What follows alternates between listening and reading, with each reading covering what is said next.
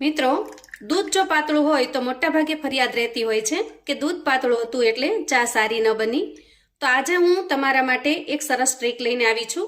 એનાથી દૂધ ગમે એટલું પાતળું હશે તો પણ ચા એકદમ સરસ ઘાટી અને પીવાની મજા આવી જાય એવી સરસ બનશે. તો ચાલો ફટાફટથી બનાવવાની રીત જોઈ લઈએ. તો સૌથી પહેલાં હું અહીંયા જે પતલું દૂધ છે એ લઈ લઉં છું.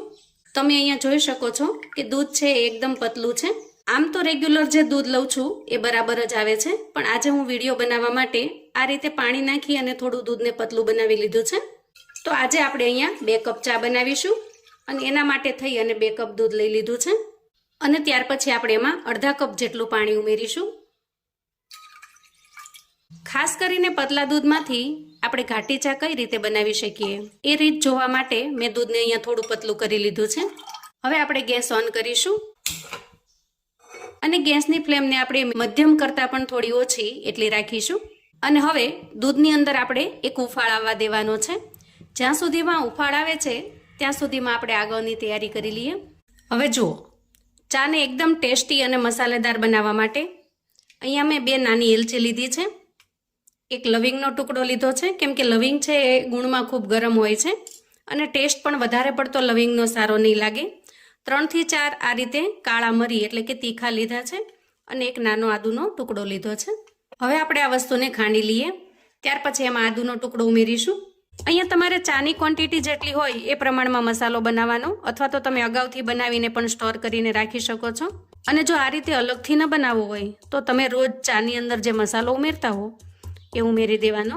હવે જુઓ, મસાલા અહીંયા અધકચરા ખંડાઈ ગયા છે. તો હવે આદુ ઉમેરી દઈએ. આમ ખમણીને નાખી દેવાથી ઝડપથી મિક્સ થઈ જાય છે. સીધું ચાની અંદર પણ તમે ઉમેરી શકો છો, અથવા તો આ રીતે મસાલાની અંદર પણ. ચાની અંદર આદુનો ટેસ્ટ ખૂબ જ સરસ લાગે છે અને આદુ ઉમેરવાથી ચા થોડી ઘાટી પણ બને છે. જુઓ, આ રીતે આપણે થોડું આદુ ઉમેરી દીધું છે. હવે આપણે 2 દસ્તા મારી લઈએ જેથી બધું જ સારી રીતે મિક્સ થઈ જશે. અહીંયા આપણે એકદમ ઝીણી પેસ્ટ નહીં પણ થોડું અધકચરું રાખવાનું. આ મસાલાનો ફ્લેવર સીધો ચાની અંદર મિક્સ થઈ જાય છે અને એક કુરડો ભરો ત્યાં તાજગી આવી જાય એવી સરસ ટેસ્ટી ચા બને છે. હવે મસાલાને આપણે સાઈડ પર મૂકીએ. મસાલો તૈયાર થયો ત્યાં સુધીમાં દૂધ પણ સારી રીતે ઉકળી ગયું છે. તો હવે આપણે એમાં ચા ઉમેરીશું. તો તમે જે કોઈ ચા ઘરમાં વાપરતા હો એ ઉમેરી દેવાની. અહીંયા આપણે 2 કપ ચા માટે 1 ચમચી ચા ઉમેરી છે. તમારે જો વધારે સ્ટ્રોંગ બનાવવી હોય તો અડધી ચમચી વધારે ઉમેરવાની. હવે ચાને આપણે સારી રીતે મિક્સ કરી લઈએ. અહીંયા દૂધ આપણને એકદમ પતલું હોવાથી ચા પણ પતલી લાગે છે, પણ તમે જોશો કે સ્ટેપ બાય સ્ટેપ આપણે જેમ જેમ ચા બનાવતા જશું ચા છે એનું સ્ટ્રક્ચર પણ ખૂબ સરસ થતું જશે. હવે દૂધની અંદર ચા ઉમેર્યા પછી આપણે થોડી વાર ઉકાળી લઈએ. ગેસની ફ્લેમને આપણે એકદમ ધીમી રાખવાની છે, નહીં તો ઉકાળતા કશું જ નહીં બચે. જુઓ, આ રીતે ઉકાળી લેવાથી ચાની જે સ્ટ્રોંગનેસ છે, એનો ફ્લેવર છે, એનો ટેસ્ટ છે એ દૂધની અંદર આવી જાય છે. અને જે ચાના શોખીન હશે એને તો ખાસ કરીને ઉકાળેલી ચા જ ફાવશે. જો આ રીતે થોડી વાર માટે થવા દઈએ, અંદાજે અડધી મિનિટ સુધી. અને એ સમયે આપણે તૈયાર કરેલો મસાલો ઉમેરી દઈએ જેથી કરીને એ પણ સારી રીતે ઉકળી જાય અને બધા જ ફ્લેવર છે એ ચામાં આવી જાય.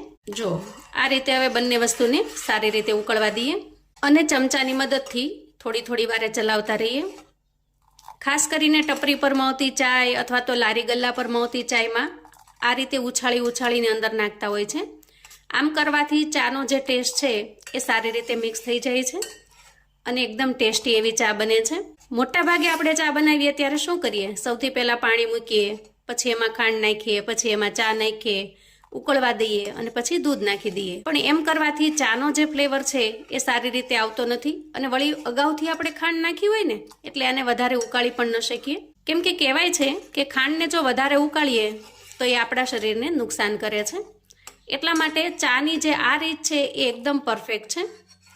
તમે જો ચાના શોખીન હો તો એક વખત આ રીતે બનાવજો. જો અહીંયા તમારી સાથે વાતો કરતાં કરતાં ચા એકદમ સરસ ઉકળી ગઈ છે. હવે જુઓ, ચા અડધી મિનિટ સુધી ઉકળે છે ત્યાં સુધીમાં આપણે આગળની તૈયારી કરી લઈએ. તો અહીંયા મેં જે પતલું દૂધ છે આપણે જે ચા બનાવવા માટે લીધું હતું એ દૂધ લઈ લીધું છે. અને હવે એ દૂધની અંદર આપણે 1 ચમચી ભરી અને મિલ્ક પાવડર ઉમેરીશું. મિલ્ક પાવડરને આપણે દૂધની અંદર સારી રીતે મિક્સ કરી લેવાનો છે. અહીંયા દૂધને આપણે નોર્મલ ટેમ્પરેચર વાળું અથવા તો થોડું ઉફાળું લેવાનું અને આ રીતે પાવડરને મિક્સ કરી લેવાનો. અને સારી રીતે મિક્સ કર્યા પછી આપણે ચાની અંદર ઉમેરી દઈએ. આ રીતે મિલ્ક પાવડર ઉમેરવાથી ચા એકદમ સરસ ઘાટી બની જશે અને વળી દૂધ પણ થોડું ઉકળેલું છે. અગાઉ આપણે ચાને થોડી ઉકાળેલી છે એટલે થોડું ઘાટું એમ પણ બન્યું છે. હવે મિલ્ક પાવડર ઉમેર્યા પછી આપણે ચાની અંદર ખાંડ ઉમેરી દઈએ. અહીંયા 2 કપ માટે હું 2 ચમચી જેટલી ખાંડ ઉમેરું છું.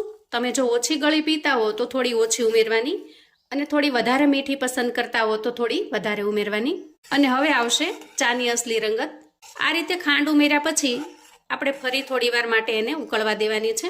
જે લોકો ચા પીવાના શોખીન છે એને આ રીતે ઉકાળેલી ચા પીવાનું પસંદ આવે છે. ફટાફટથી બનાવીને તૈયાર કરેલી ચા એ લોકો બિલકુલ પસંદ કરતા નથી. તો તમે જો ચાના શોખીન હો અને આ રીતે એકદમ સરસ ઉકાળેલી ચા પીવાનું પસંદ કરતા હો તો એક વખત આ રીતે તમે પણ ચા બનાવી જોજો અને ઘૂંટ ભરતા જ તમને તાજગી મહેસૂસ થાય એવી સરસ બનીને તૈયાર થાય છે. અહીંયા ચાની અંદર તમે ફુદીનાના પાન, તુલસીના પાન પણ ઉમેરી શકો જો તમને ફાવે તો. અને મસાલો ન ફાવે તો તમે સિમ્પલ પણ બનાવી શકો. જો હવે આ રીતે એને અડ્યા વગર અડધી મિનિટ સુધી પાકવા દઈએ. તો જુઓ અંદાજે અડધી મિનિટ જેટલો સમય થઈ ગયો છે અને આપણી ચા એકદમ સરસ પરફેક્ટ તૈયાર થઈ ગઈ છે. અહીંયા તમે જોઈ શકો છો ચા એકદમ સરસ ઘાટી પણ લાગે છે, સ્ટ્રોંગ પણ લાગે છે. હવે આપણે ગરમા ગરમ ચાને કપની અંદર કાઢી લઈએ. તો અહીંયા ગેસની ફ્લેમને બંધ કરીશું અને ચાને કપમાં કાઢી લઈશું. જુઓ અહીંયા આપણી પરફેક્ટ 2 કપ ચા બનીને તૈયાર છે. તો જુઓ એકદમ પતલા દૂધમાંથી પણ આપણે ખૂબ સરસ અને ઘાટી એવી ચા બનાવીને તૈયાર કરી છે. તમે અહીંયા ચાનો કલર અને સ્ટ્રક્ચર જોઈ શકો છો. જુઓ એકદમ સરસ ઘાટી બની છે અને એનો કલર પણ એકદમ સરસ સ્ટ્રોંગ ચા હોય એવો બન્યો છે. હવે ચાને સર્વ કરી લઈએ. તો જુઓ સર્વ કરવા માટે ચા તૈયાર છે. તો મિત્રો દૂધ ગમે એટલું પતલું હોય પણ તમે જો 2 થી 3 ટ્રિક્સને ફોલો કરો તો ઘરે પણ એકદમ સરસ ઘાટી બજાર જેવી ચા બનાવીને તૈયાર કરી શકશો. ખાસ કરીને ટપરી ઉપર મળે છે એવો ટેસ્ટ આ ચાનો આવે છે.